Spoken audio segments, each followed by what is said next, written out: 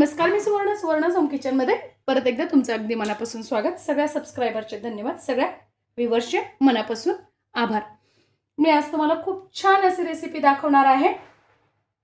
ती म्हणजे कांदा टोमॅटो. साधी सिंपल आहे, पण बऱ्याच जणांना ना त्यात असं वाटतं की नाही ती टेस्ट येत नाही. तर ती काय येत नाही ते मी आज सांगणार आहे.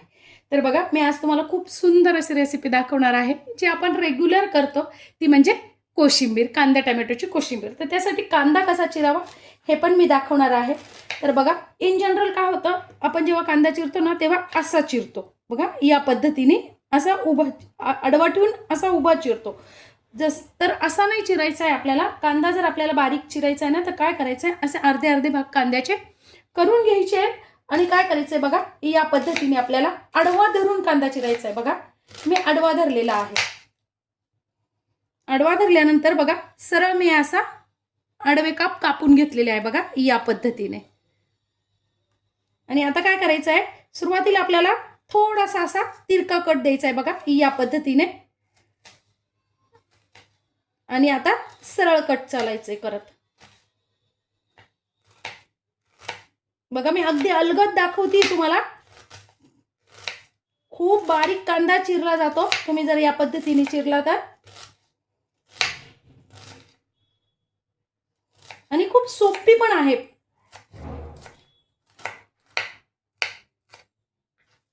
बघा, किती बारीक कांदा आपला चिरला गेलेला आहे. मी दाखवते तुम्हाला जवळून. खूप बारीक कांदा चिरला जातो. या पद्धतीने जर तुम्ही चिरला ना मैत्रिणींना, तर अगदी बारीक कांदा चिरला जातो. मी परत बघा, सेम करायचं आहे आपल्याला. आपल्याला कांदा असा चिरायचा नाहीये बघा, या पद्धतीने उभा. विळीवर पण सेम पद्धत आपल्याला करायची आहे. असा उभाच कांदा चिरून घ्यायचा आहे बघा, या पद्धतीने. मी कांदा आडवा धरलेला आहे, दिसतोय? हां. आणि आता अशा सरळ उभ्या रेषा झाल्यानंतर काय करायचं, आपल्याला जवळ जवळ जवळ जवळ चिरत चालायचे आहे आणि मग नंतर उभा करायचा आहे आणि बघा या पद्धतीने चिरायचा आहे. खूप बारीक कांदा छान चिरला जातो विळीने सुद्धा. बघा, किती बारीक चिरला गेलेला आहे. बघा, विळीने सुद्धा आपला कांदा किती बारीक छान चिरला गेलेला आहे. आता टोमॅटो पण मी तुम्हाला दाखवते, विळीने पण चिरून दाखवते आणि सुरीने पण चिरून दाखवते. बघा कसा चिरायचा आहे. आपल्याला अर्धा भाग करून घ्यायचा आहे. मागचं थोडंसं जे असतं हे मागचं काढून घेतलेलं आहे आपण.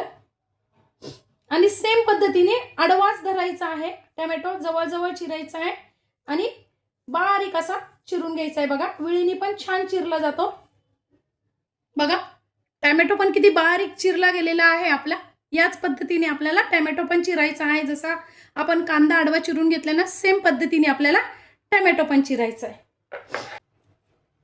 बघा, किती बारीक छान अगदी चिरला गेलेला आहे आपला टोमॅटो, सुरीनी पण आणि विळीनी पण. किती छान असे आपले बारीक कांदा टोमॅटो अगदी चिरले गेलेले आहेत. आता काय करायचंय, का भांड्यात आपल्याला काढून घ्यायचंय. खूप छोट्या भांड्यात नका काढू, थोडंसं मोकळं भांडं काढा. मोकळ्या भांड्यात काढा, म्हणजे काय होतं, आपल्याला कोशिंबीर हलवता येते व्यवस्थित. आता बघा, सगळ्यात महत्त्वाची टीप आहे. खूप जणांच्या कोशिंबीरीला ना काय होतं, पाणी सुटतं. तर पाणी का सुटतं, तर बहुतेक जणी काय करतात, यावरच मीठ टाकतात आणि लगेच त्याच्यावरच साखर पण टाकतात आणि फोडणी घालतात. तर तसं करायचं नाही आहे. बघा, मी ज्या पद्धतीने सांगते त्या पद्धतीने जर तुम्ही कोशिंबीर केली ना, तर तुमच्या कोशिंबीरीला अजिबात पाणी सुटणार नाही. तर बघा कसं करायचंय ते. पहिल्यांदा आपल्याला काय करायचंय, कोशिंबीरीवर दाण्याचं कूट टाकायचंय. दाण्याचं कूट टाकताना काय करायचंय, थोडंसं असं पसरवून टाकायचंय. बघा, या पद्धतीने एकाच ठिकाणी नाही टाकायचंय. 2 चमचे मी घेतले दाण्याचं कूट टाकून आणि सगळीकडे पसरवून टाकलेलं आहे. ज्यावेळेस आपण मीठ डायरेक्ट त्यावर टाकतो ना, त्यावेळेस काय होतं फ्रेंड्स, की कांद्यालाही पाणी सुटत असतं आणि टोमॅटोलाही पाणी सुटत असतं आणि त्यावर मीठ आणि साखर पडलं तर अजून जास्ती पाणी सुटतं. ज्यावेळेस आपण दाण्याचं कूट टाकतो ना पहिले, तर दाण्याच्या कुटावरती मीठ टाकल्यानंतर काय होतं, पाणी दाण्याचं कूट काय करतो, शोषून घेतो आणि मिठाचं त्याचं एकत्र येत नाही, मीठ आणि टोमॅटो कांदा. त्यामुळे कोशिंबीरीला अजिबात पाणी सुटत नाही. बघा, या पद्धतीने तुम्ही एकदा करून बघा. छोटीशी टिप्स आहे पण खूप उपयोगाची आहे. 1 चमचा मी साखर टाकलेली आहे. साखर ऑप्शनल आहे, पण टाकल्यानंतर चव खूप छान येते. थोडीशी टाकून घ्यायची आपल्याला कोथिंबीर. मी एक मिरची चिरून घेतलेली आहे, अगदी बारीक चिरलेली आहे मिरची. पण तुम्ही जर मिरची खात नसाल, कोशिंबिरीत आवडत नसेल किंवा मग घरात लहान मुलं असतील तर मिरची न टाकता तुम्ही डायरेक्ट नुसती फोडणी दिली तरी चालेल, किंवा मग थोडंसं यावर लाल तिखट टाकून घ्यायचं आहे तरी चालेल, तरी सुद्धा टेस्ट छान येते. अर्धी पळी तेल टाकून घेतलेलं आहे. तेल छान तापलं की अर्धा चमचा आपल्याला टाकून घ्यायची मोहरी.